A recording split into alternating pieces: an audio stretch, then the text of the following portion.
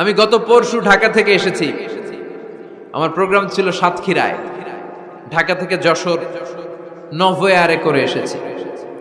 তো সেখানে যারা বিমানবালারা থাকে তারা কেমন যেন প্যান্ট ট্যান্ট স্যুট টুট পরে আসে, নিজেদেরকে সাজিয়ে গুছিয়ে।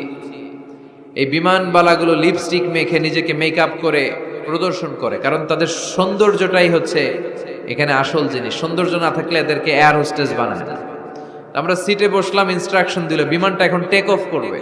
ইন দ্য মিন টাইম এই মেয়েটা মাইক্রোফোন হাতে নিয়ে বলতে আরম্ভ করলো, ভদ্র মহিলা এবং ভদ্র মহোদয়গণ, আপনারা আপনাদের সিট বেল্ট গুলো বেঁধে নিন। এখনই আমাদের উড়োজাহাজটি শাহজালাল আন্তর্জাতিক বিমানবন্দর থেকে 14,000 ফিট উপর দিয়ে যশোর বিমানবন্দরে উদ্দেশ্যে ছুটবে। আল্লাহু আকবার, আল্লাহু আকবার, আল্লাহু আকবার। তো আমি ঘাড় ঘুরে তাকাইলাম, কিরে আল্লাহু আকবার বলে কেডা? পরে তাকায় দেখি ওই মেয়েই পড়তেছে, কাগজের মধ্যে লেখা।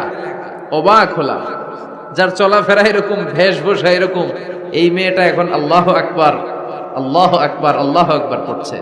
আর পড়ছে শুদ্ধ অশুদ্ধ মিলিয়ে, সুবহানাল্লাযী সাখখারা লানা হাযা ওয়া মা কুন্না লাহু মুকরিনিন। আমি মিলাতে পারলাম না যে আল্লাহু আকবার পড়ে কেন।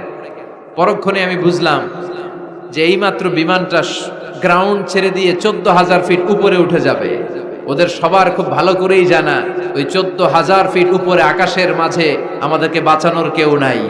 কেউ আমাদেরকে, পুলিশ আমারে বাঁচাতে পারবে না, এয়ারলাইন্সের ম্যানেজার আমারে বাঁচাতে পারবে না, কোনো সিকিউরিটি আমারে বাঁচাতে পারবে না, ফায়ার সার্ভিসের ওরা আমাকে বাঁচাতে পারবে না। ওই 14,000 ফিট উপর থেকে আমারে বাঁচাতে পারে একজন, চিল্লায় বলেন যিনি কে?